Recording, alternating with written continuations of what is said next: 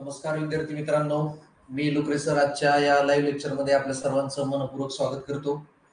आज आपण गोपाळकृष्ण गोखले यांच्या संदर्भाने माहिती पाहणार आहोत। ठीक आहे, गोपाळकृष्ण गोखले भारतामध्ये जो 1885 ते 1905 हा जो काही मवाळवादी कालखंड म्हणून ओळखला जातो, या मवाळवादी कालखंडामध्ये महत्वाचे गणले गेलेले नेते म्हणजे गोपाळकृष्ण गोखले आहेत, ज्यांच्या संदर्भामध्ये आज संपूर्ण आपण माहिती पाहणार आहोत। लक्षात घ्या, गोपाळकृष्ण गोखले हे मावळवादी गटामधले नेते होते। ब्रिटिशांच्या न्यायबुद्धीवरती किंवा त्यांच्या प्रामाणिकपणावरती गोपाळकृष्ण गोखले यांचा नितांत विश्वास होता आणि गोपाळकृष्ण गोखले यांचं असं मत होतं की हिंसाचार असेल किंवा सशस्त्र क्रांतीच्या माध्यमातून आपल्याला काही मिळणार नाही, तर सनदशीर मार्गाने किंवा अर्ज विनंतीच्या माध्यमातूनच आपल्याला जे काही साध्य करायचं असेल ते आपल्याला करता येईल आणि ज्या पद्धतीनं मग त्यांनी काम केलं तर त्याच्या संदर्भामध्ये आज आपण संपूर्ण या ठिकाणी माहिती पाहणार आहोत। ठीक आहे, चला तर नामदार गोपाळकृष्ण गोखले आपल्या सर्वांना माहिती आहे की जे महाराष्ट्रामध्ये जे मंत्री आहेत किंवा मुख्यमंत्री आहेत यांच्या समोर नामदार ही पदवी लावली जाते।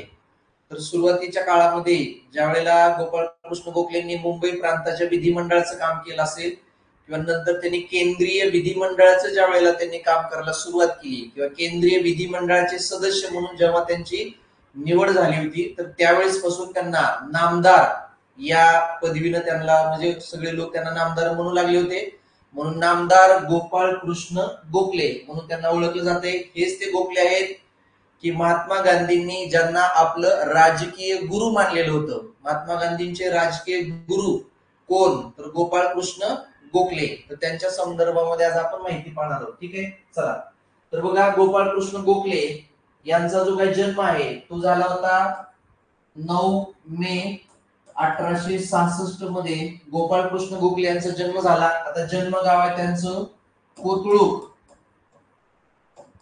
कोथळूक नावाचं गाव आहे। आता हे कोथळूक कुठे आहे, तर हे आहे रत्नागिरी जिल्ह्यामध्ये। माग वेगवेगळ्या परीक्षेमध्ये विचारलेलं आहे की गोपाळकृष्ण गोखले यांचं जन्मगाव कोणतं आहे, तर जन्मगाव आहे कोथळूक। काय काय पुस्तकामध्ये तुम्हाला कोथलूक असं सुद्धा वाचायला मिळेल, तर कोथलूक किंवा कोथळूक एकच आहे, फक्त उच्चारामध्ये थोडासा फरक आहे। ठीक आहे, तर 9 मे 1866 मध्ये जन्म आहे। कोथळूक या रत्नागिरी जिल्ह्यामध्ये जे असणारं गाव आहे त्या ठिकाणी यांचा जन्म झालेला होता। आणि गोपाळकृष्ण गोखले यांचा जो काही मृत्यू आहे हा 19 फेब्रुवारी 1915 मध्ये। ठीक आहे, आणि तो कुठे झाला होता, पुणे या ठिकाणी झालेला आहे। 19 फेब्रुवारी ज्या दिवशी शिवजयंती असते, ठीक आहे, 19 फेब्रुवारी 1915 ला पुण्यामध्ये गोपाळकृष्ण गोखले यांचा काय झालेला होता रे, मृत्यू झालेला होता। जन्मगाव लक्षात ठेवा, कोथळूक हे त्यांचं जन्मगाव आहे। ठीक आहे, त्याच्यानंतर पुढे जाऊया। आता गुरु शिष्य परंपरा मानली जाते, कोण कुणाचं गुरु आहे ते आपण या ठिकाणी पाहण्याचा प्रयत्न करू। ठीक आहे, तर सुरुवातीला बघा, न्यायमूर्ती मगो रानडे यांच्या संदर्भामध्ये आपण माहिती घेऊ। बघा, रानडेंना गुरु कोणी मानलं होतं, रानडेंना गुरु मानलं होतं गोपाळकृष्ण गोखले यांनी। गोपाळकृष्ण गोखले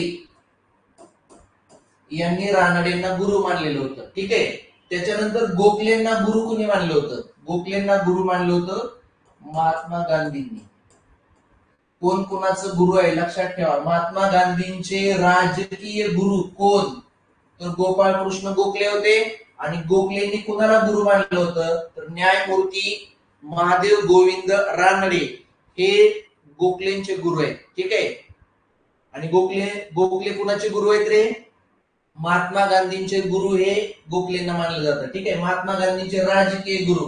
ठीक आहे, त्याच्यानंतर गोखलेंनी सामाजिक गुरु कोणाला मानलं होतं, तुम्हाला विचारलं जाईल गोखलेंचे गुरु कोण आहेत रे, गोखलेंचे गुरु होते रानडे आणि हे झाले असेच। पण ज्या वेळेला सामाजिक गुरु कुणाला मानलं होतं गोखलेंनी, तर सामाजिक गुरु त्यांनी मानलेलं होतं गोपाळ गणेश आगरकरांना। कारण आपल्याला माहिती आहे आगरकरांच्या सुधारक या वर्तमानपत्रामध्येच गोपाळकृष्ण गोखले लिखाण करायचं काम सुद्धा करत होते। तर आगरकर हे गोपाळकृष्ण गोखले यांचे सामाजिक गुरु आहेत। ठीक आहे, आणि महात्मा गांधींचे राजकीय गुरु म्हणून कोण आहे, तर गोपाळकृष्ण गोखले आहेत। ठीक आहे, चला पुढे जाऊया। याच्यानंतर पदवी काय काय दिलेली आहे, आता थोड्या वेळापूर्वीच बघितलं की आपल्या गोपाळकृष्ण गोखले यांना कुठल्या कुठल्या पदव्या दिलेल्या आहेत, तर त्यांना लोक नामदार म्हणायचे. ठीक आहे, आजकाल मुख्यमंत्री असेल किंवा मंत्र्याच्या पुढे हा शब्द लावल्याचा आपल्याला बघायला मिळतोय. नामदार देवेंद्रजी फडणवीस किंवा नामदार अजितदादा पवार अशा पद्धतीच्या पदव्या आता अलीकडच्या काळामध्ये लावताना आपण बघतो. तर जुन्या काळामध्ये नामदार कुणाला म्हणायचे, तर गोपाळकृष्ण गोखले यांना नामदार ही पदवी त्या ठिकाणी दिली होती. सोबतच सर ही पदवी सुद्धा ब्रिटिश सरकारने गोखलेंना दिलेली होती. कधी दिली होती रे? 1914 मध्ये दिलेली होती, परंतु गोखलेंनी ही पदवी नाकारली होती. त्यांनी ती स्वीकारली नाही, परंतु ब्रिटिश सरकारने त्यांना ती देऊ केलेली होती.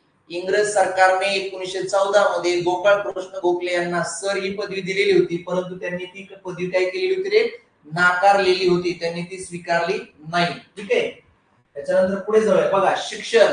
आता गोपाळकृष्ण गोखले यांच्या शिक्षणाच्या संदर्भामध्ये आपण चर्चा करूया.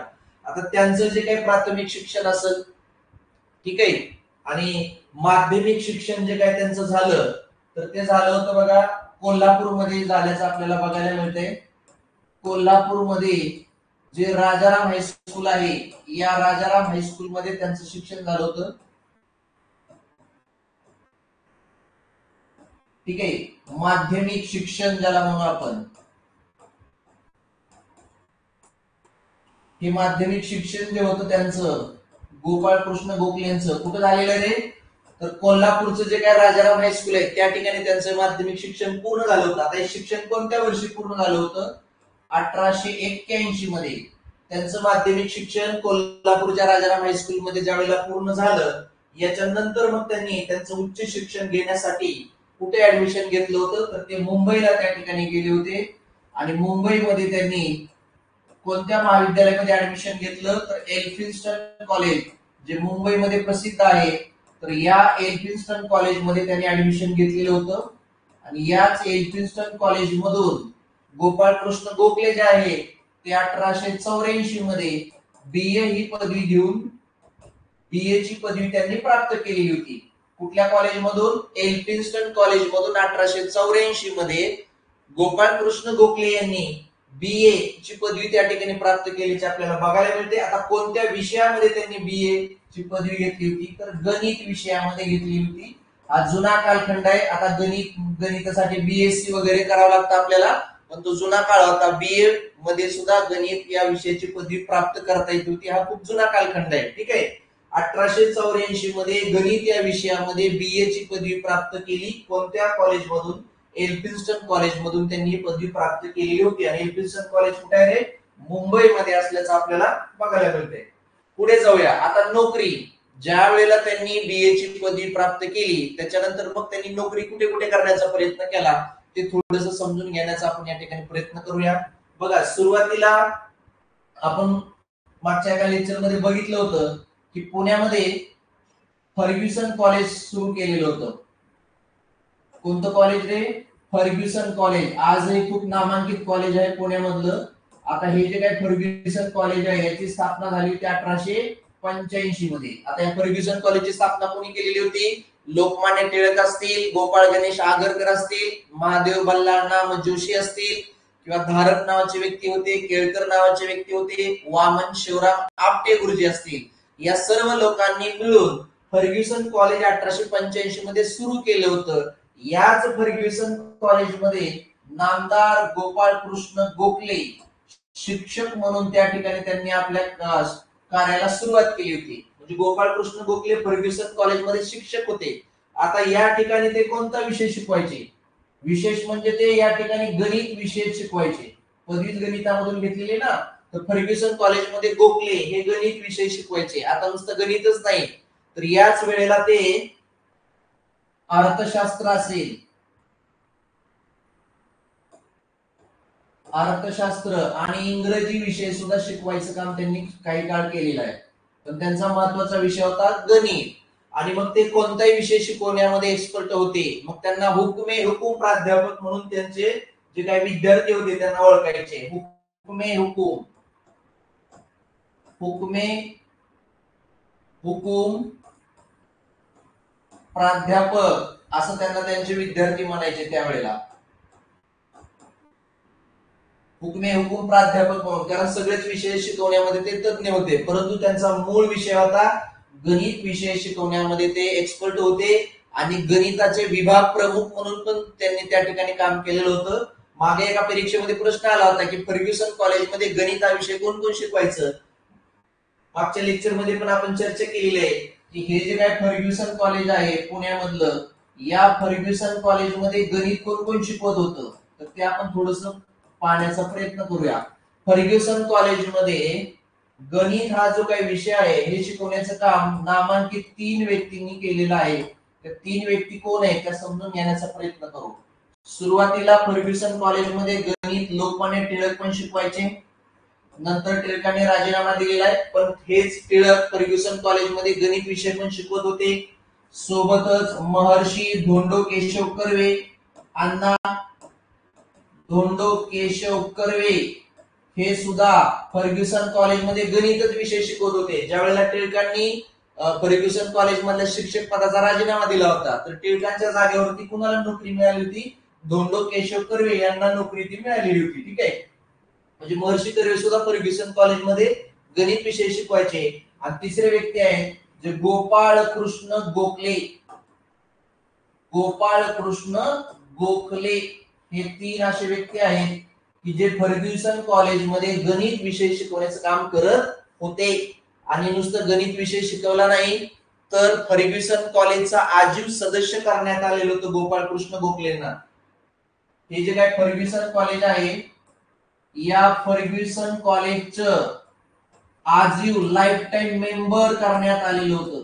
कुणाला? गोपाळ कृष्ण गोखलेंना आजीव सदस्यत्व त्यांना त्या ठिकाणी बहाल करण्यात आलेलं होतं. आता 2 जणांना दिलं होतं, म्हणजे असे खूप लोकांना दिले, पण 2 महत्वाचे.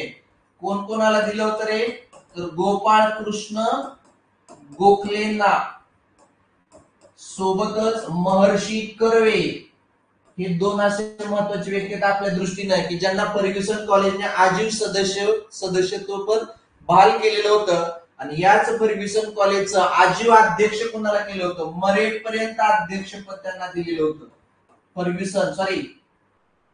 आपल्या डेक्कन एज्युकेशन सोसायटीचं आजीव अध्यक्ष कोणाला केलेलं होतं, तर डेक्कन एज्युकेशन सोसायटीचं आजीव अध्यक्ष केलेलं होतं कोल्हापूरचे छत्रपती शाहू महाराज.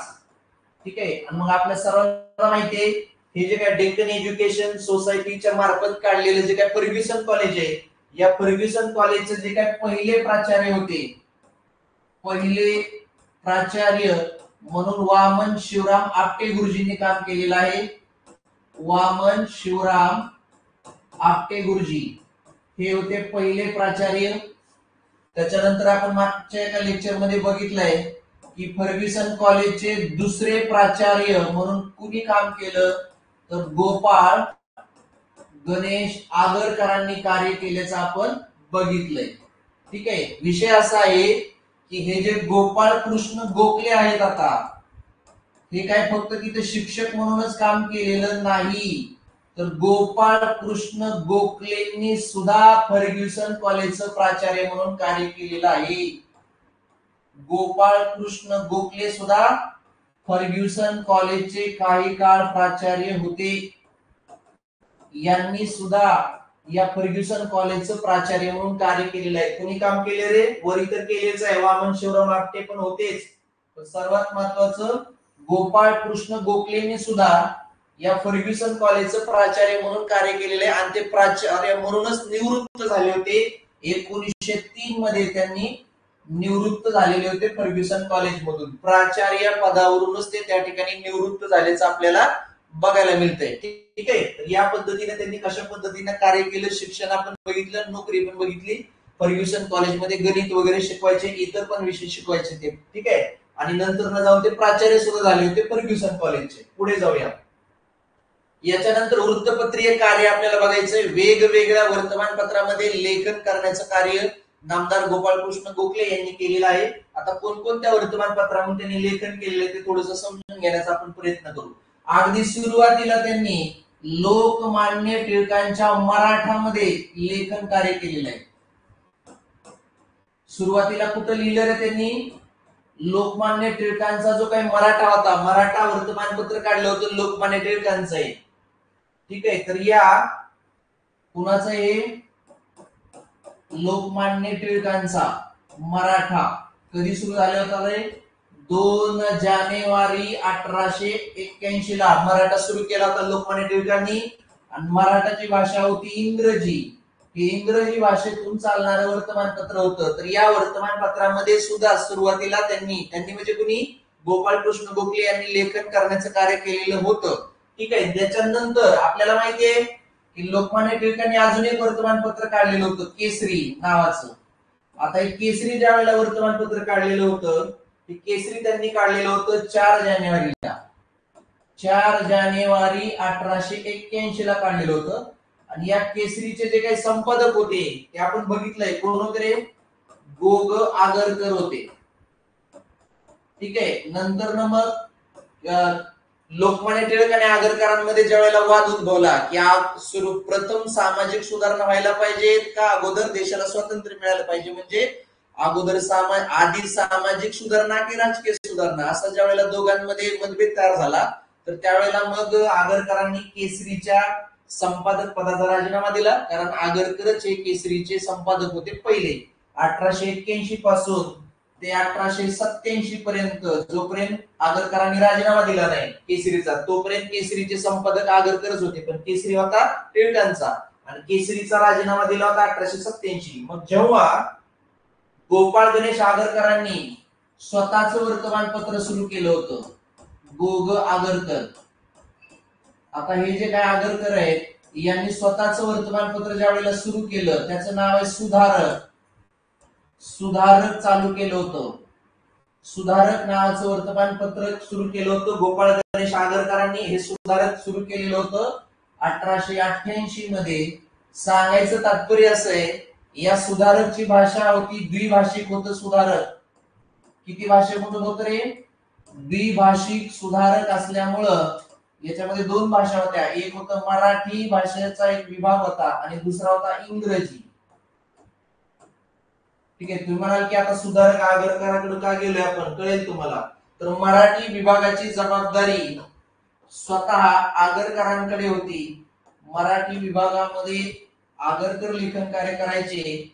जो सुधारकचा जो इंग्रजी विभाग आहे, या इंग्रजी विभागामध्ये कोण लेखन करायचं, तर लेखन करत होते गोपाळ कृष्ण गोखले. गोखलेंनी सुधारक मधून सुद्धा लेखन कार्य केलेलं आहे आणि गोखलेंनी सुधारकच्या इंग्रजी विभागाची जबाबदारी सांभाळली. कधीपासून सांभाळली त्यांनी?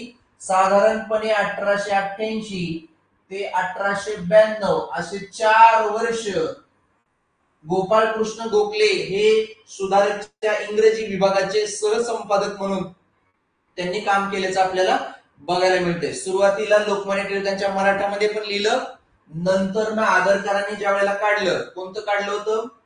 सुधारक. तर या सुधारकच्या इंग्रजी विभागाची जबाबदारी गोपाळ कृष्ण गोखले यांच्याकडेच होती. अजून एक वर्तमानपत्र आहे ज्याच्यामध्ये त्यांनी लेखन कार्य केलेलं आहे, हितवाद नावाचं एक वर्तमानपत्र आहे, हितवाद. तर या हितवाद वर्तमानपत्रामध्ये सुद्धा गोपाळ कृष्ण गोखले यांनी लेखन कार्य केलेलं आहे. आता हितवाद कोणतं वर्तमानपत्र आहे? हे असं वर्तमानपत्र आहे की गोपाळ कृष्ण गोखले यांनी एक संघटना काढलेली होती, भारत सेवक समाज. पुढे आपण पाहणार आहे या संघटनेबद्दल.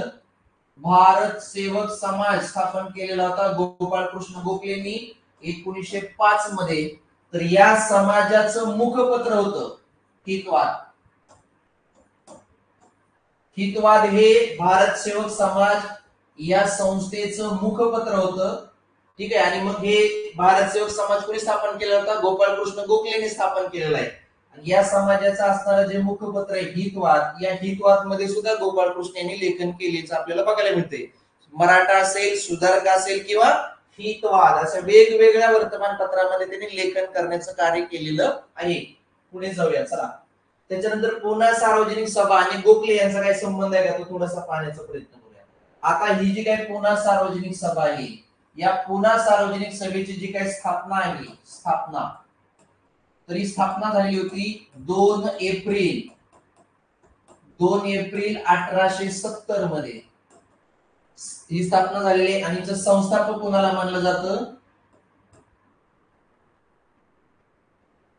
याचं संस्थापक मानलं जातं ग.वा. जोशींना.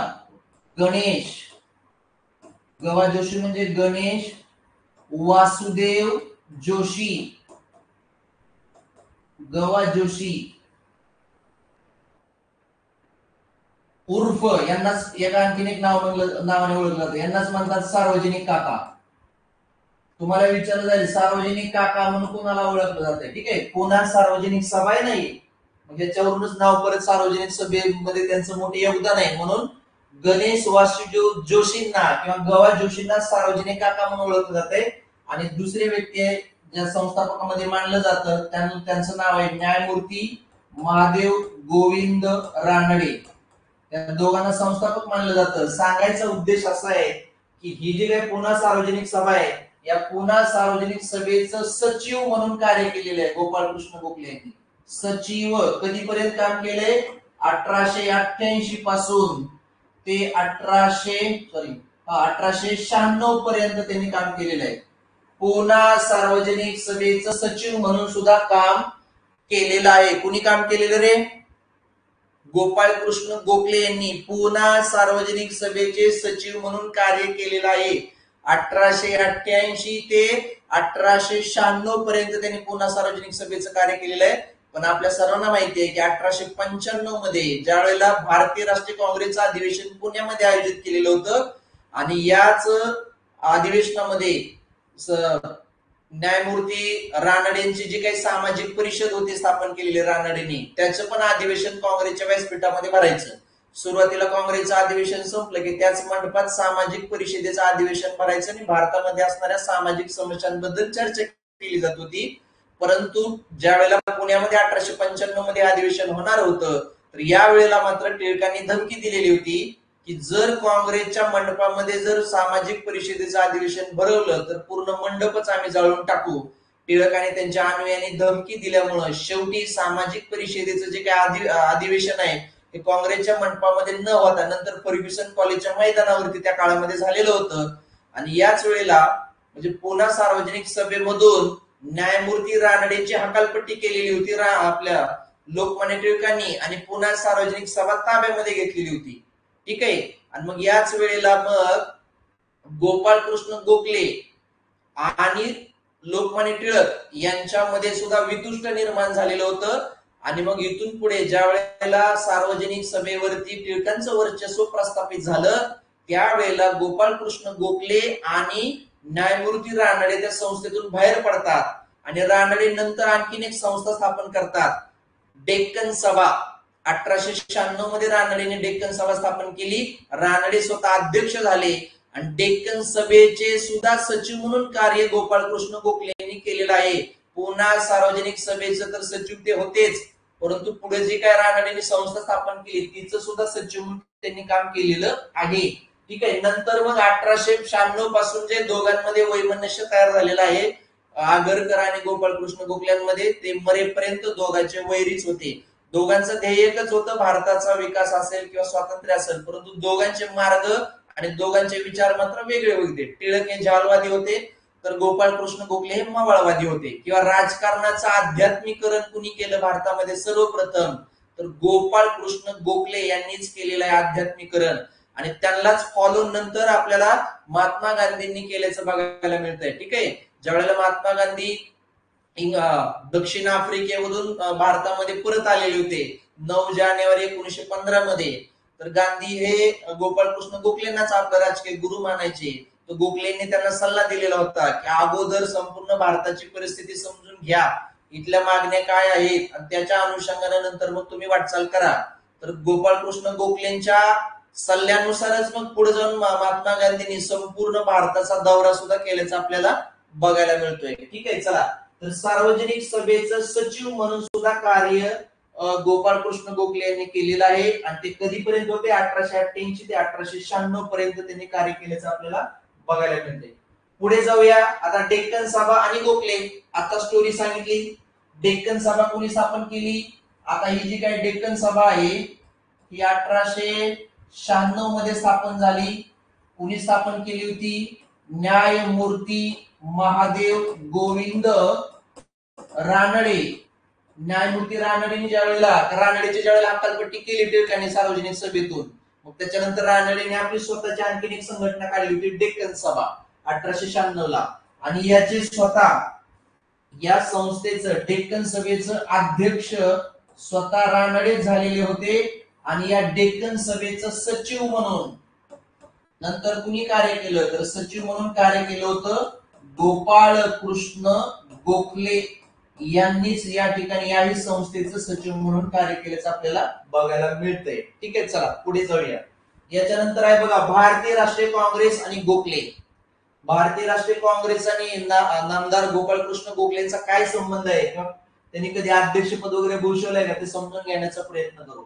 आता भारतीय राष्ट्रीय काँग्रेसची स्थापना आपल्या सर्वांना माहिती आहे की 1885 मध्ये झाली होती मुंबईला. ठीक आहे, परंतु भारतीय राष्ट्रीय काँग्रेसचं ज्या वेळेला 5वं अधिवेशन भरलं होतं, 5वे अधिवेशन, आणि 5वं अधिवेशन भरलंय कुठं? हे भरलं होतं 1889 मध्ये. 5वं अधिवेशन ज्या वेळेला भारतीय राष्ट्रीय काँग्रेसचं भरलं, आता हे अधिवेशन भरलं होतं मुंबईमध्ये. मुंबईमध्ये भरलं होतं. या अधिवेशनाचं अध्यक्ष कोण होतं? या अधिवेशनाचे अध्यक्ष होते विल्यम वेडरबर्न. विल्यम वेडरबर्न हे त्या ठिकाणी अध्यक्ष होते. आता या अधिवेशन घ्यायचं कारण असं आहे की गोपाळकृष्ण गोखले यांनी त्यांच्या आयुष्यामध्ये पहिल्यांदा काँग्रेस कधी जॉईन केली किंवा काँग्रेसमध्ये त्यांनी कधी सहभाग घेतलेला आहे, तर 1889च मुंबईमध्ये जे काही अधिवेशन झालेलं होतं, याच अधिवेशनामध्ये गोखलेंनी सर्वप्रथम भाग घेतला होता. म्हणजे पहिल्यांदा त्यांनी काँग्रेसमध्ये जो काही भाग घेतला तो या अधिवेशनामध्ये घेतल्याचा आपल्याला बघायला मिळतो. ठीक आहे, कोणत्या अधिवेशनामध्ये त्यांनी भाग घेतला होता? 1889 मध्ये. आणि गोखलेंनीच नाही तर लोकमान्य टिळक सुद्धा पहिल्यांदा काँग्रेस टिळकांनी कधी जॉईन केली, तर याच अधिवेशनाच्या दरम्यान जे मुंबईमध्ये आयोजित झालं होतं 1889 मध्ये, गोखले आणि टिळकांनी काँग्रेस या ठिकाणी जॉईन केली. पहिल्यांदा त्यांनी आपल्या याच्या सभेमध्ये त्यांनी आपला सहभाग नोंदवण्याचा त्यांनी त्या ठिकाणी प्रयत्न केलेला होता. आता नुसतं यांनी भागच घेतला नाही तर एक लक्षात ठेवा, या अधिवेशनामध्ये गोपाळकृष्ण गोखले यांनी काँग्रेसच्या व्यासपीठावरून भाषण सुद्धा करण्याची त्यांना संधी मिळालेली होती. म्हणजे हे जे मुंबईमध्ये अधिवेशन भरलंय, तर या अधिवेशनामध्ये त्यांनी भाषण सुद्धा केलेलं होतं. त्यांना भाषण करण्याची संधी सुद्धा देण्यात आलेली होती. पुढे जाऊया. त्याच्यानंतर आता ज्या वेळेला भारतीय राष्ट्रीय काँग्रेसच्या संदर्भामध्ये बोलूया. आता 1905 ला ज्या वेळेला भारतीय राष्ट्रीय काँग्रेसचं अधिवेशन भरलं,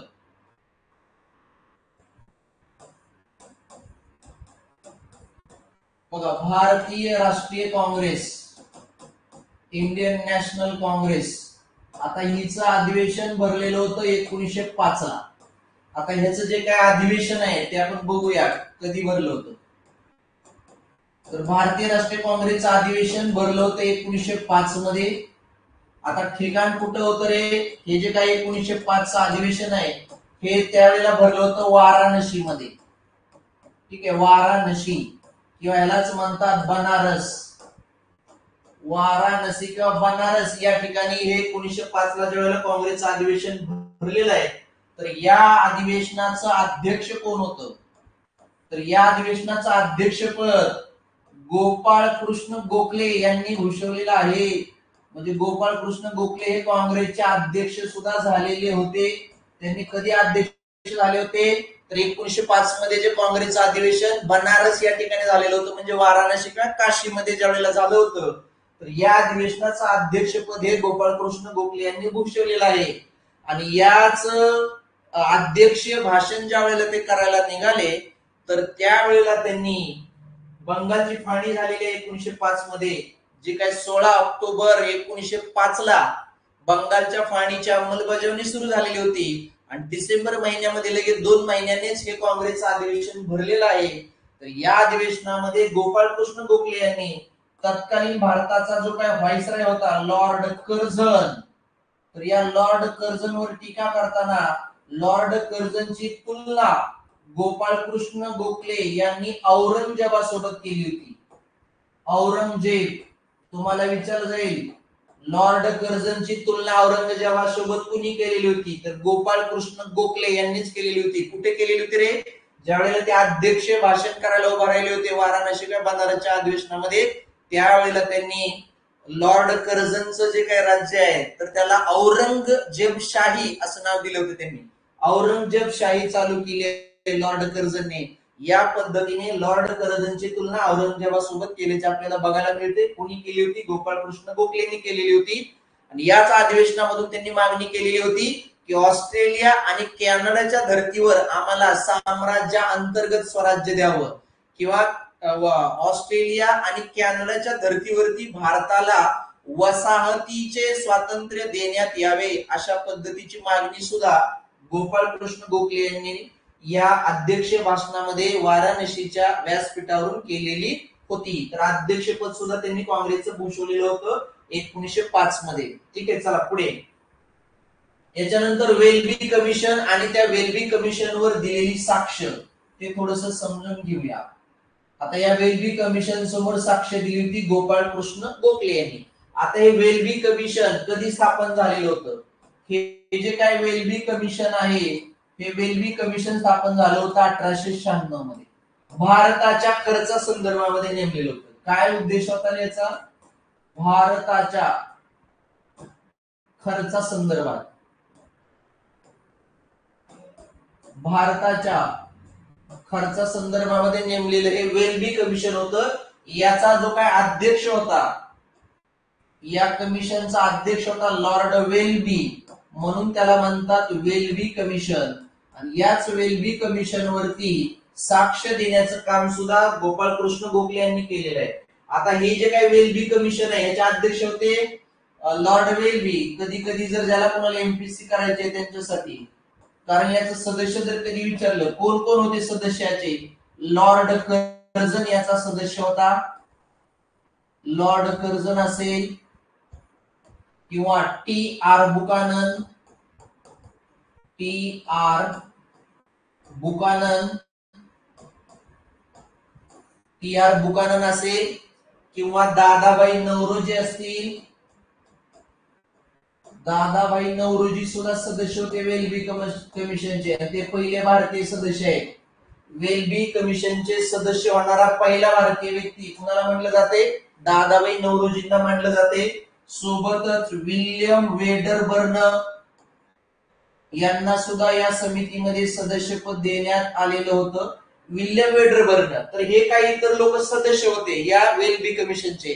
भारताचा खर्च ज्या पद्धतीने वाढलेला आहे, हे खर्च वाढायचं कारण काय, किंवा या खर्चामध्ये कशा पद्धतीने आपल्याला कपात करता येईल, याच्या संदर्भामध्ये इंग्रज सरकारने एक वेल्बी कमिशन नेमलं होतं. आणि त्या कमिशन समोर साक्ष देण्याचं काम सुद्धा कोणी केलेलं होतं रे? नामदार गोपाळकृष्ण गोखले यांनी केलेलं होतं. आणि त्यांनी जी काही साक्ष दिली होती, हे कमिशन नेमले 1896 ला, परंतु त्यांची साक्ष झाली होती मात्र 1897 मध्ये.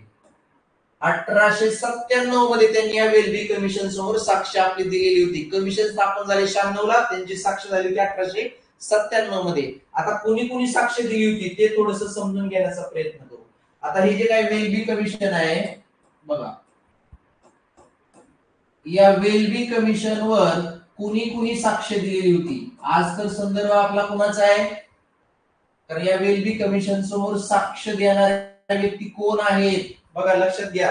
हे जे वेल्बी कमिशन नेमलेलं होतं भारताच्या खर्चा संदर्भात, तर सुरुवातीला आपण नाव घेऊ मग गोपाळकृष्ण गोखलेंनी साक्ष दिलेली आहे. कारण आज त्यांच्याबद्दल माहिती घेतोय मला त्यांचं नाव पहिल्यांदा घेऊ. गोपाळकृष्ण गोखले असतील, दादाभाई नौरोजी असतील, यांचं साक्ष झालेल्या होत्या. त्याच्या समोर सुरेंद्रनाथ बॅनर्जी असतील, सुरेंद्रनाथ बॅनर्जी यांची साक्ष झालेली होती वेल्बी कमिशन समोर. किंवा दिनशा वाचा म्हणून एक होते काँग्रेसचे मावळवादी नेते, दिनशा वाचा यांची सुद्धा साक्ष झालेली होती. आणि अजून एक होते त्या काळामधले सर सुब्रमण्यम अय्यर यांची सुद्धा साक्ष झाली होती. सर ही पदवी त्यांना दिलेली होती, सर सुब्रमण्यम अय्यर. तर ह्या त्या व्यक्ती आहेत की ज्यांची वेल्बी कमिशन समोर साक्ष झालेली होती. ठीक आहे, जे 1896 ला नेमलेलं होतं वेल्बी कमिशन. ठीक आहे, भारताच्या खर्चासंदर्भात वेल्बी नावाचे अध्यक्ष होते म्हणून नाव दिलं वेल्बी कमिशन. ठीक आहे, जसं सायमन कमिशन होतं, जॉन सायमन नावाचा व्यक्ती अध्यक्ष होता म्हणून नाव त्याला होतं सायमन कमिशन, किंवा हंटर नावाचा व्यक्ती अध्यक्ष होता म्हणून काय म्हणलं होतं हंटर कमिशन. त्याच पद्धतीनं वेल्बी कमिशन नेमलं होतं 1896 मध्ये. आपण सदस्य पण बघितले, आणि या वेल्बी कमिशन सोबत कुणाकुणाच्या साक्षी झाल्या होत्या? गोपाळकृष्ण गोखले, दादाभाई नौरोजी, सुरेंद्रनाथ बॅनर्जी, दिनशा वाचा, सुब्रमण्यम अय्यर या लोकांच्या सह्या झालेल्या होत्या. आणि मग तिथं भारताचा खर्च कशा पद्धतीनं वाढलेला आहे, इंग्रज सरकार कशा पद्धतीनं लष्करी खर्च वाढल्यामुळे भारताचा खर्च वाढलेला आहे, किंवा ज्या काही इंग्लंड मधल्या ज्या कंपन्या आहेत त्यांना ज्या पद्धतीनं परतावा दिला जातोय भारतामधून, भारताच्या खर्चामधून त्या पोचल्या जात आहेत, त्याच्यामुळे भारताला दारिद्र्य कशा पद्धतीने यायला लागलेलं आहे, या संदर्भामध्ये सर्व विचार गोपाळकृष्ण गोखले यांनी या वेल्बी कमिशन समोर मांडलेले होते. चला पुढे जाऊया. याच्यानंतर विधिमंडळाचं सदस्य म्हणून काम केलेलं आहे त्यांनी. आता तत्पूर्वी विधिमंडळाचं सदस्य, आता दोन पद्धतीची विधिमंडळ होती त्यावेळेला. जसं की आता सध्या विधानसभा आहे जे राज्याचं विधिमंडळ आहे, आणि केंद्रामध्ये पण आहे लोकसभा. ठीक आहे, या पद्धतीनं पण आता सध्या द्विगृह आहे आपलं, संसद पण द्विगृह आहे ज्याच्यामध्ये लोकसभा राज्यसभा आहे, आणि राज्यामध्ये पण विधिमंडळ आपल्या महाराष्ट्रामध्ये द्विसदनीयच आहे. सध्या भारतामध्ये 6 राज्यांमध्येच द्विगृही विधिमंडळ आहे. ठीक आहे, ज्याच्यामध्ये मग उत्तर प्रदेश असेल, बिहार असेल, महाराष्ट्र असेल, कर्नाटक असेल, तेलंगणा असेल किंवा आंध्र प्रदेश असेल, 6 राज्यांमध्येच आहे. मग त्या जुन्या काळामध्ये एक सदनीयच होते ना हे, त्यावेळेला केंद्रीय विधानमंडळ असायचं आणि राज्य विधानमंडळ असायचं. तर मग ह्या मुंबई प्रांताचं जे विधिमंडळ होतं, मुंबई प्रांताचं विधिमंडळ बघा, मुंबई प्रांताचे जे काही विधिमंडळ होतं, या विधिमंडळाचं सदस्य म्हणून कार्य केलेलं आहे गोपाळकृष्ण गोखले यांनी. कधी काम केलं?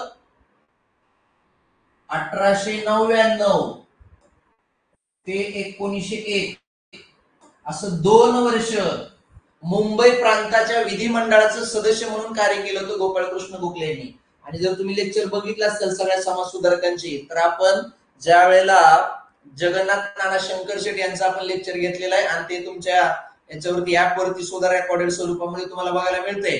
तर मुंबई प्रांताच्या कायदे मंडळाचा किंवा मुंबई प्रांताच्या विधिमंडळाचा सदस्य होणारा पहिला भारतीय व्यक्ती कोण होता?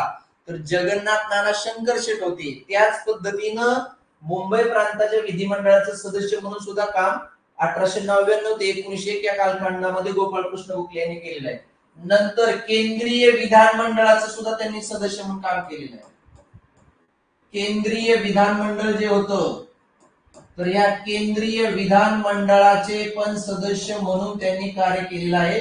खरं तर ज्या वेळेला फिरोजशाह मेहता हे केंद्रीय कायदे मंडळाचे सदस्य होते, आणि आजारी असल्यामुळे ज्या वेळेला फिरोजशाह मेहता यांनी केंद्रीय कायदे मंडळाचा राजीनामा दिला, तर त्यावेळेला फिरोजशाह मेहता यांच्या जागेवर केंद्रीय कायदे मंडळाचा सदस्य म्हणून गोपाळकृष्ण गोखले यांनाच त्या ठिकाणी नेमण्यात आलेलं होतं. आणि गोपाळकृष्ण गोखले हे अर्थसंकल्पीय भाषणासाठी खूप प्रसिद्ध होते. लॉर्ड कर्झनने तर असं म्हटलंय की जर गोपाळकृष्ण गोखलेंसारखा किंवा गोपाळकृष्ण गोखलेंच्या तोडीचा लोकसभा गाजवणारा माणूस किंवा नेता मी माझ्या हयातीत बघितलेला नाही. एक व्यक्ती असा म्हणला की गोपाळकृष्ण गोखले जर इंग्लंडमध्ये जन्मले असते तर इंग्लंडचे अर्थमंत्री झालेले असते. आणि तुम्हाला विचारता येईल, जवळजवळ 12 अर्थसंकल्प त्यांच्या कार्यकालामध्ये मांडले गेलेले होते, आणि 12 अर्थसंकल्पीय भाषणं गोपाळकृष्ण गोखलेंनी केंद्रीय विधिमंडळामध्ये दिलेली होती. अनेक वेगवेगळ्या पद्धतीच्या विधेयकावरती त्यांनी भाषण केलेली आहेत. सर्वश्रेष्ठ संसदपटू म्हणून त्या काळामध्ये त्यांना ओळखलं गेलेलं होतं. ज्यावेळेला गोखले भाषणाला उभा राहायचे, कर्जन असेल किंवा त्या काळामधले नामांकित व्यक्ती आवर्जून सभागृहामध्ये उपस्थित राहायचे की आज गोखले काय बोलणार आहेत म्हणून. सर्वश्रेष्ठ संसदपटू म्हणून सुद्धा त्यांना ओळखलं जाते. ठीक आहे, नंतर आपण बघणार आहे कुठल्या कुठल्या विषयावरती त्यांनी काम केलेलं आहे. तर केंद्रीय विधिमंडळाचं सदस्य म्हणून सुद्धा त्यांनी काम केलेलं आहे. साधारणपणे बघा, त्यांनी जवळजवळ 1902 मध्ये त्यांना या ठिकाणी त्या पदावरती नेमण्यात आलेलं होतं. सोबतच पुणे नगराध्यक्ष म्हणून सुद्धा काम केलेलं आहे गोपाळकृष्ण गोखले. कशाचं रे? पुणे नगरपालिकेचं पुणे नगरपालिकेचे नगराध्यक्ष या पदावरती सुद्धा गोपाळकृष्ण गोखले यांनी काम केले आणि हे जे काय निवड झाली ती त्यांच्या 1895 मध्ये काम केलेले. पुणे नगरपालिकेचे नगराध्यक्ष असतील, मुंबई प्रांताच्या विधिमंडळाचे सदस्य असेल, केंद्रीय कायदे मंडळ किंवा विधिमंडळाचा सदस्य म्हणून या पद्धतीने कार्य करताना आपल्याला गोपाळकृष्ण गोखले दिसत आहेत. आता केंद्रीय कायदे मंडळामध्ये ज्यावेळेला ते काम करत होते तर त्या एक गोपाळकृष्ण गोखले कशासाठी प्रसिद्ध आहेत रे? अर्थसंकल्पीय उच्च कोटीचे अर्थतज्ञ सुद्धा मानलं जात आहे किंवा अर्थशास्त्रामध्ये त्यांनी न्यायमूर्ती रानडेंनाच आपला गुरु मानलेलं होतं. ठीक आहे, चला तर कुठल्या कुठल्या विषयावर केंद्रीय विधिमंडळामध्ये त्यांची भाषणं गाजलेली आहेत? तर मिठावरील कर असेल बघा, कुठल्या कुठल्या संदर्भामध्ये त्यांनी भाषण केलेली आहेत? मिठावरील कर याच्या संदर्भामध्ये असेल किंवा कपड्यांवरील जकात, भारतीय कपड्यांवर जेव्हा जकात आकारली जायची, कपड्यांवरील जकात असेल किंवा मोफत प्राथमिक शिक्षण असेल, मोफत प्राथमिक शिक्षण या वेगवेगळ्या विषयावर त्यांची गाजलेली भाषण आहे. किंवा लष्करावरील खर्च असेल, लष्करी खर्च किंवा रेल्वेचं बजेट असेल, रेल्वेचा अर्थसंकल्प म्हणूया आपण त्याला, ठीक आहे, रेल्वे बजेट, अशा वेगवेगळ्या विषयावरती त्यावेळेस त्यांनी केंद्रीय असेंब्लीमध्ये, सेंट्रल असेंब्लीमध्ये म्हणजेच केंद्रीय विधिमंडळामध्ये त्यांनी ही भाषणं या वेगवेगळ्या विषयावरती केलेली आहेत. इंग्रज सरकारला त्यावेळेच्या कोंडीत पकडण्याचं काम सुद्धा गोपाळकृष्ण गोखलेंनी केलेलं आहे. आपल्या सर्वांना माहिती आहे की भारतामध्ये मोफत आणि सक्तीचं प्राथमिक शिक्षण सुरू करणारं भारतातलं संस्थान हे बडोदा संस्थान आहे. सयाजीराव गायकवाडांनी भारतामध्ये पहिल्यांदा प्राथमिक शिक्षण मोफत आणि सक्तीचं केलं. आणि मग ज्या वेळेला विधिमंडळामध्ये भाषण करायला ज्या वेळेला गोपाळकृष्ण गोखले उभा राहिले, त्यांनी असं मत मांडलेलं होतं की बडोदा सारखं एक छोटस संस्थान आहे की ज्याला आपल्या संस्थानामधल्या विद्यार्थ्यांना, लहान मुलांना प्राथमिक शिक्षण मोफत आणि सक्तीचं देणं जर परवडत असेल तर इंग्रज सरकारला, एवढ्या श्रीमंत इंग्रज सरकारला भारतामध्ये प्राथमिक शिक्षण सक्तीचं मोफत करायला काय अडचण आहे? तर भारतामध्ये त्यांनी हे प्राथमिक शिक्षण सक्तीचं आणि मोफत केलं पाहिजे या संदर्भाचा ठराव सुद्धा आपल्याला केंद्रीय विधिमंडळामध्ये सुद्धा गोपाळकृष्ण गोखले यांनी मांडलेला आहे आणि ज्याला गोखले प्रस्ताव म्हणून ओळखलं जाते. तुम्हाला विचारलं जाईल गोखले प्रस्ताव काय आहे, तो आता पुढच्या स्लाइड वरती आपण समजून घेण्याचा प्रयत्न करू. ठीक आहे, चला. त्याच्यानंतर बघा, भारत सेवक समाजाची स्थापना केली होती गोपाळकृष्ण गोखले यांनी. आता हा जो काय भारत सेवक समाज आहे गोपाळकृष्ण गोखले यांनी स्थापन केलेला आहे, याची स्थापना कधी झालेली होती? तर याची स्थापना झालेली आहे 12 जून 1905 मध्ये. नावातच आहे भारत सेवक समाज किंवा भारतलाच कधी कधी परीक्षेला येणार आहे हिंद सेवक समाज कुणी स्थापन केलाय? हिंद म्हणजेच भारत आणि भारत सेवक समाज म्हणजेच हिंद सेवक समाज आहे किंवा याला सर्व्हंट्स, याला इंग्रजीमध्ये काय म्हणतात रे? Servants society, servants society of India या नावाने सुद्धा याला ओळखलं जाते. तर ही जी काही संस्था आहे नावातच आहे भारत सेवक. कधी स्थापन झाली? 12 जून 1905 ला भारत सेवक समाज स्थापन झाला. कुणी स्थापन केला होता रे? गोपाळकृष्ण गोखले यांनी ही संस्था स्थापन केली. आता ही संस्था स्थापन केली कुठे, कोणत्या ठिकाणी स्थापन केली होती हे खूप महत्वाचं आहे. कुठे स्थापन केली होती? तर ही संस्था स्थापन झालेली आहे पुण्यामध्ये. कुठे स्थापन केला होता रे भारत सेवक समाज? कोणी स्थापन केला? वेगवेगळ्या परीक्षेमध्ये प्रश्न विचारलेले आहेत. भारत सेवक समाजाची स्थापना कोणी केली? गोपाळकृष्ण गोखलेंनी. कधी केली होती? 12 जून 1905. कोणत्या शहरामध्ये केली होती? पुणे या शहरामध्ये केली होती. या संस्थेचं ध्येय काय होतं ते थोडंसं समजून घेऊया. या संस्थेचं ध्येय किंवा उद्देश काय आहे?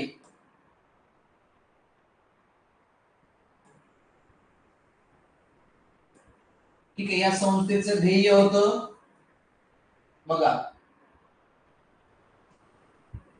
निस्वार्थी भावनेने देश सेवा करण्यासाठी प्रचारक तयार करणे, म्हणजे तरुणांची फौज तयार करायची.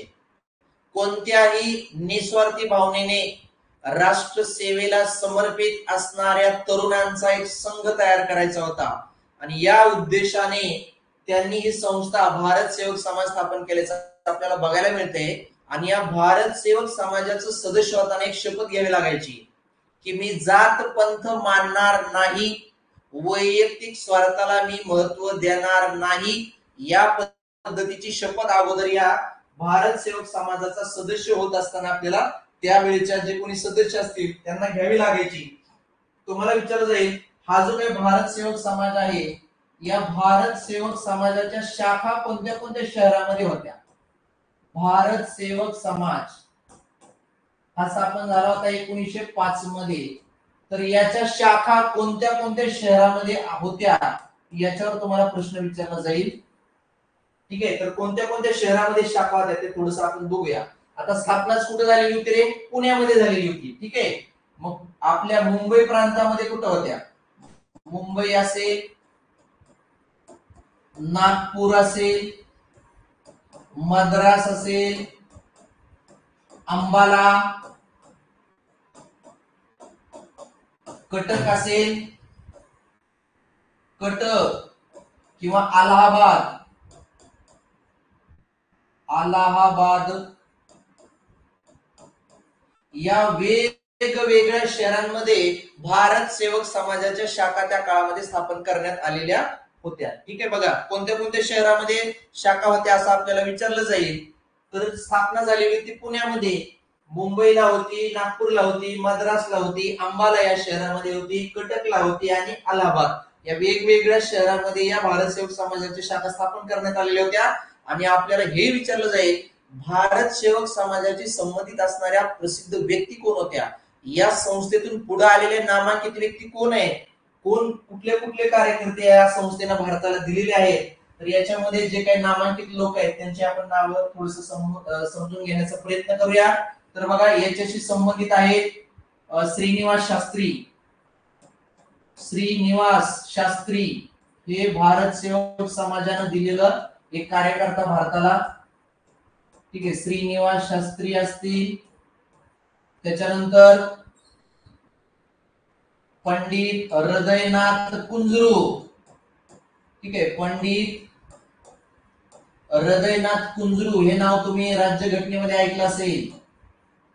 ठीक आहे, हृदयनाथ कुंजरू. फाजल अली, पाक आयोग नेमला होता 1953 ला, तर त्या आयोगाचे सदस्य होते फाजल अली असतील, के एम पन्नीकर असतील किंवा हृदयनाथ कुंजरू हे 1953च्या भाषावर प्रांत रचनेसाठी ज्या वेळेला आयोग नेमला होता त्याचे पण सदस्य आहेत. चला, तर श्रीनिवास शास्त्री असतील, हृदयनाथ कुंजरू असतील, ठक्कर बाप्पा हे नाव तुम्ही ऐकलं असेल. ठक्कर बाप्पा ज्यांना महात्मा गांधींनी भिल्लांचे धर्मगुरू म्हणलेले आहे. ठक्कर बाप्पांना थोड्या वेळाला मी ठक्कर बाप्पा कोण यांचं नाव काय ते मी सांगण्याचा प्रयत्न करेन.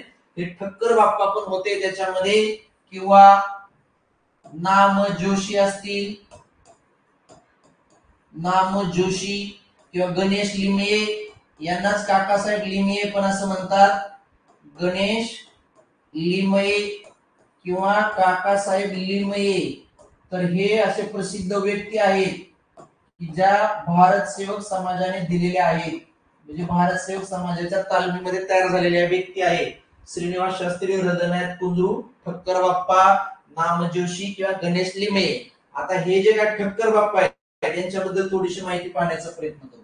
आता हे जे काय ठक्कर बाप्पा आहेत, आता या ठक्कर बाप्पाला त्यांचं खरं नाव आहे ठक्कर बाप्पांचं अमृतलाल, अमृतलाल विठ्ठलदास ठक्कर. गुजरात मध्ये यांचा जन्म झालेला होता. विठ्ठलदास ठक्कर. कधी कधी नाव विचारलं जाईल ठक्कर बाप्पा म्हणून कोणाला ओळखलं जातंय किंवा त्यांचं मूळ नाव काय, अमृतलाल विठ्ठलदास ठक्कर. आणि आपले जे महात्मा गांधी आहेत, महात्मा गांधी या ठक्कर बाप्पांना काय म्हणलेले आहेत, काळजीपूर्वक ऐका.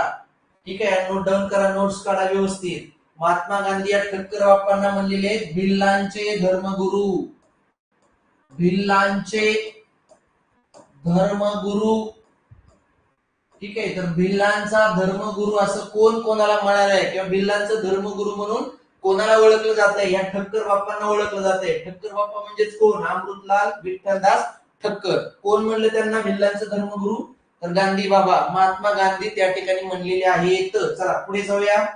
याच्यानंतर ध्येय बघितलं किंवा त्याचं काय होतं, भारत सेवक समाजाच्या स्थापनेसंदर्भामध्ये बघितलं. ध्येय काय होतं? देश बांधवांची उन्नती असेल किंवा निस्वार्थी भावनेने देश सेवा किंवा घटनात्मक मार्गाने सगळ्या ज्या काही समस्या आहेत भारतीयांच्या त्या ब्रिटिश सरकार समोर मांडायच्या, या उद्देशाने भारत सेवक समाजाची स्थापना गोपाळकृष्ण गोखले यांनी केलेली होती. याच्यानंतर मोर्ले मिंटो कायदा आणि गोखलेंचा काय संबंध आहे ते थोडस समजून घेण्याचा प्रयत्न करू.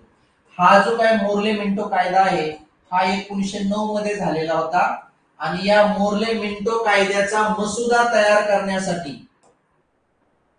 या मोर्ले मिंटो कायद्याचा मसुदा तयार करण्यासाठी गोपाळ कृष्ण गोखले हे इंग्लंडला गेलेले होते.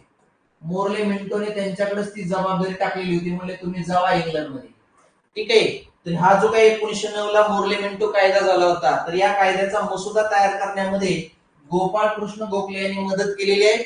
आणि मग याच्यासाठी भारतीयांना काय आरक्षण सुविधांचा नवीन हप्ता कशा पद्धतीने मिळेल किंवा हा जो काही मोर्ले मिंटो कायदा होणार आहे याच्यामध्ये भारतीयांना काही सुधारणा मिळतील चांगल्या पद्धतीनं, याच्यासाठी गोखले इंग्लंडला गेले. वेगवेगळ्या संसद सदस्यांना भेटले, वेगवेगळ्या राजकीय पक्षातल्या लोकांना त्या ठिकाणी भेटलेले होते. वेगवेगळ्या ठिकाणी व्याख्यान असतील, सभा सुद्धा त्यांनी त्या ठिकाणी आयोजित केलेल्या होत्या. एकंदरीत मोर्ले मिंटो कायदा मंजूर करण्यामध्ये गोपाळ कृष्ण गोखले यांनी महत्वाचं योगदान दिलेलं होतं. आता ज्या वेळेला मोर्ले मिंटो कायदा मंजूर झालेला होता तर याच कायद्यानुसार मुस्लिमांना स्वतंत्र मतदारसंघ देण्यात आलेले होते. आणि ज्या वेळेला हा कायदा पब्लिश झाला किंवा हा कायदा मंजूर झाला आणि या कायद्यामध्ये नेमक्या काय तरतुदी आहेत ज्यावेळेस बाहेर आल्या, तर त्यावेळेला या मोर्ले मिंटो कायद्यामध्ये ज्या काही तरतुदी आहेत किंवा ज्या काही सुधारणा देण्यात आलेल्या आहेत त्या अतिशय अपुऱ्या आहेत, तरी सुद्धा आम्हाला त्या आयुष्यभर पुरतील अशा पद्धतीचं मत सुद्धा त्या ठिकाणी गोपाळकृष्ण गोखलेंनी व्यक्त केलेलं होतं.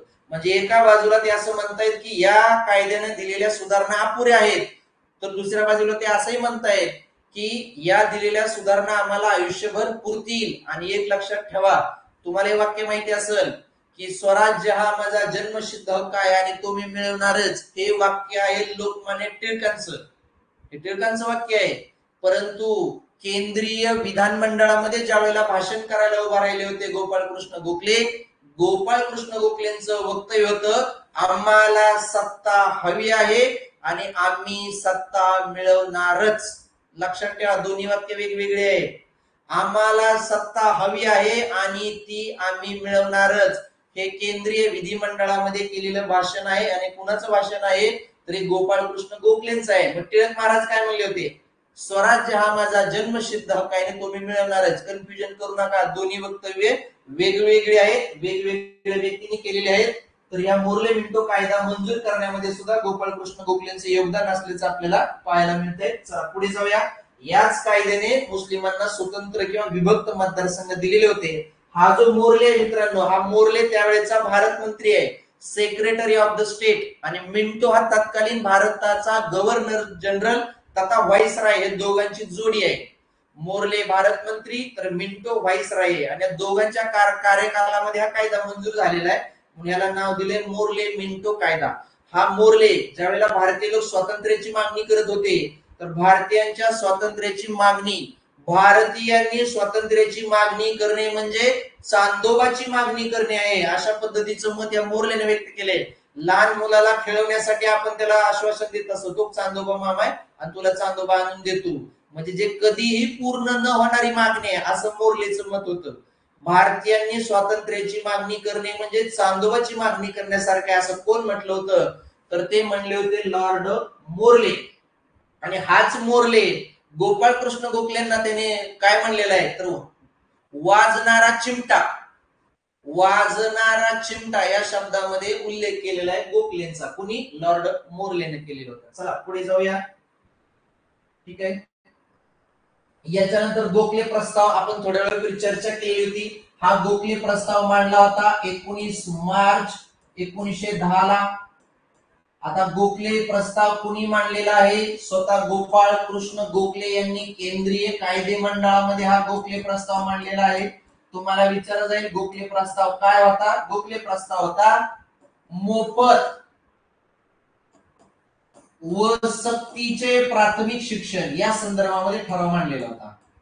मोफत व सक्तीचे प्राथमिक शिक्षण पुरवण्यात यावं भारतीयांना या संदर्भामध्ये एक ठराव केंद्रीय कायदे मंडळामध्ये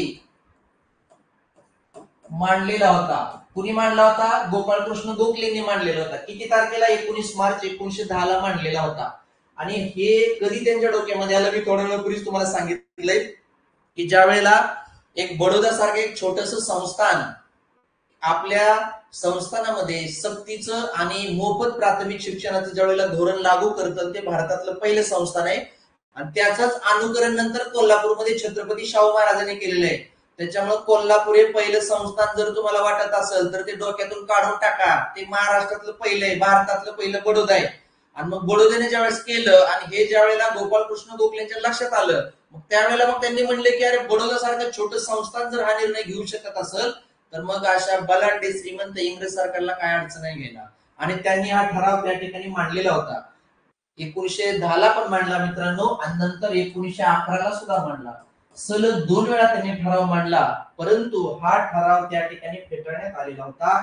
हा ठराव 13 विरुद्ध 38 मताने फेटाळण्यात आला. हा ठराव काय केला रे? फेटाळला गेला, म्हणजे नामंजूर करण्यात आलेला होता. इंग्रज सरकारनं हा ठराव फेटाळला होता. आता कसा फेटाळला? ज्यावेळेला ठरावावर मतदान झालं तर 13 विरुद्ध 38 या पद्धतीनं हा फेटाळण्यात आला. ठरावाच्या बाजूने पडली होती 13 मतं, तर ठरावाच्या विरोधामध्ये पडली होती 38 मतं. आणि मग विरोधात पडल्यामुळे हा ठराव त्या ठिकाणी फेटाळण्यात आलेला होता. परंतु भारतीयांना सक्तीचं आणि मोफत प्राथमिक शिक्षण पुरवण्यात यावं अशा संदर्भाचा ठराव केंद्रीय कायदे मंडळामध्ये कुणी मांडला होता, असा जर प्रश्न तुम्हाला विचारण्यात आला, या प्रश्नाचं उत्तर असणार आहे गोपाळ कृष्ण गोखले यांनीच तो ठराव मांडलेला होता.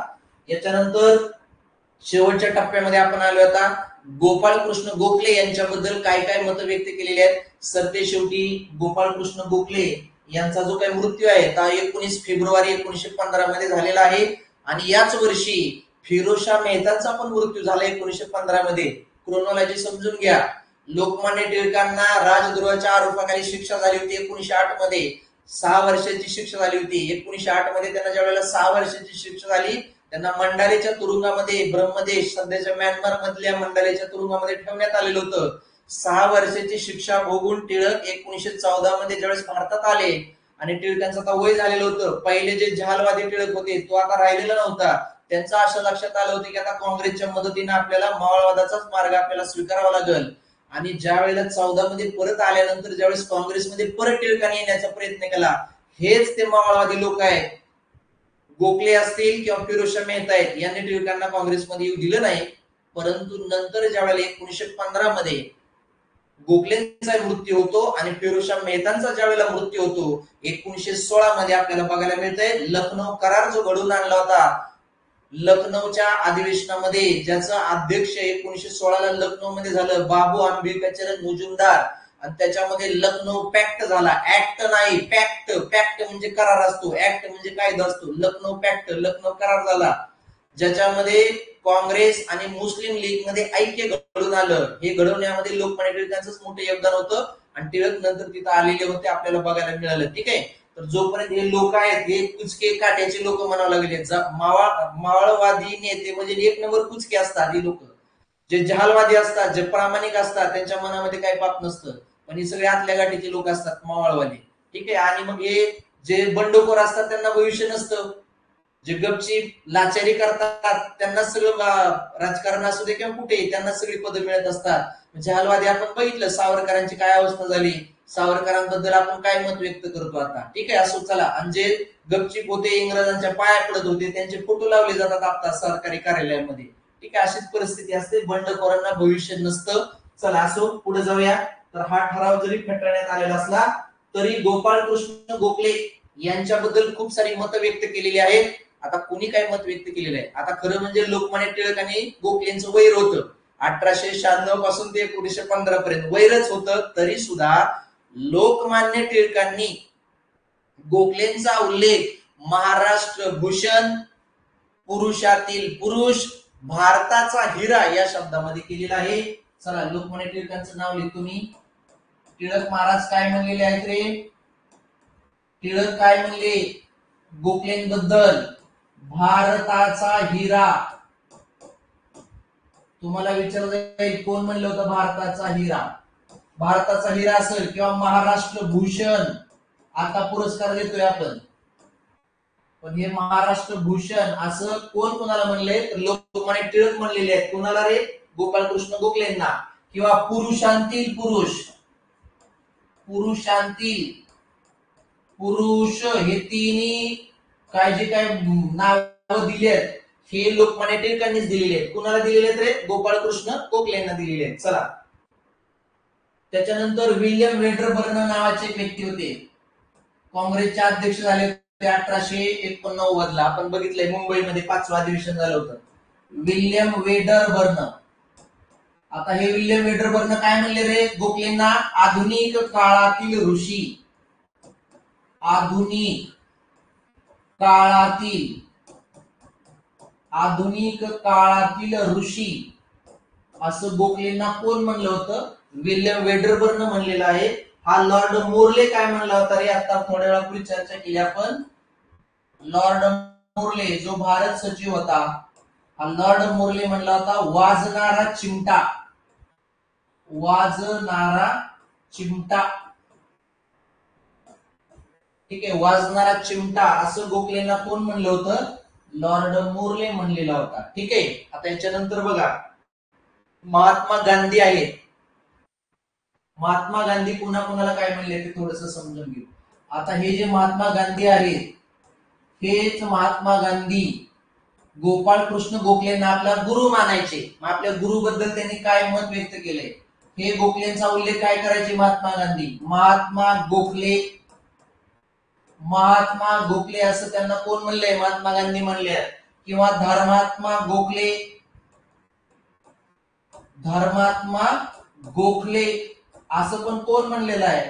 तर हे दोन्ही महात्मा गोखले असेल किंवा धर्मात्मा गोखले हे महात्मा गांधी म्हणलेले आहेत. कुणाला म्हणले रे?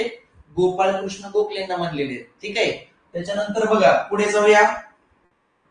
आता हेच महात्मा गांधी आहे. आता महात्मा गांधींनी 3 व्यक्तीबद्दल काय मत व्यक्त केलं ते थोडस समजून घेऊ आणि आजचं लेक्चर संपवू आपण. महात्मा गांधी 3 लोकांबद्दल मत व्यक्त केलं त्यांनी. महात्मा गांधी न्यायमूर्ती रानडेंना काय म्हणतात? न्यायमूर्ती रानडेंना त्यांनी हिमालयाची उपमा दिलेली आहे. महात्मा गांधींनी हिमालय कुणाला म्हणले की हिमालयाची उपमा कुणाला दिली? सॉरी, महात्मा गांधींनी हिमालयाची उपमा कुणाला दिली? रानडेंना दिलेली आहे. बर, हेच महात्मा गांधी आहेत की जे लोकमान्य टिळकांना काय म्हणतात? लोकमान्य टिळकांची तुलना त्यांनी म्हणलेली आहे महासागर. लोकमान्य टिळकांना कशाची उपमा दिली रे? महासागराची किंवा आधुनिक भारताचे निर्माता असे सुद्धा म्हणलेले आहेत महात्मा गांधी लोकमान्य टिळकांना. आणि एक लक्षात घ्या, महात्मा गांधी ज्यावेळेला 1920 नंतर राष्ट्रीय नेते बनले त्याच्या अगोदर दबदबा राजकारणात किंवा भारताचा पहिला राष्ट्रीय पुढारी कोण आहे? लोकमान्य टिळक आहे. टिळकांचा मृत्यू झाल्यानंतर गांधीजी पिक्चर मध्ये आलेले आहेत. चला, आणि शेवटचे व्यक्ती आहेत गोपाळकृष्ण गोखले. गोपाळकृष्ण गोखले ला महात्मा गांधींनी कशाची उपमा दिलेली आहे? म्हणले गंगा नदी आहे, गंगा नदी. तर लक्षात ठेवा 3 व्यक्ती आहेत. 3 व्यक्तीला काय काय म्हणलेले आहेत महात्मा गांधी? काय म्हणले रे? रानडेंना काय म्हणले? हिमालय. लोकमान्य टिळकांना काय म्हणले? महासागर. आणि गोपाळकृष्ण गोखलेंना काय म्हणले होते? तर गंगा नदी. तर या पद्धतीने मित्रांनो आजच्या लेक्चर मध्ये न्यायमूर्ती आपले नामदार गोपाळकृष्ण गोखले यांच्या संदर्भामध्ये परीक्षेच्या दृष्टीनं असणारी संपूर्ण माहिती आपण पाहण्याचा प्रयत्न केलेला आहे. मग तुमची पोलीस भरतीची बॅच असू द्या, नाहीतर तलाठीची असू दे, नाहीतर एमपीसीची असू दे, ह्याच्या बाहेरचं काही येत नाही. संपूर्ण घटक आपण कव्हर करण्याचा प्रयत्न केलेला आहे. लेक्चर समजलं आहे का? काय अडचण?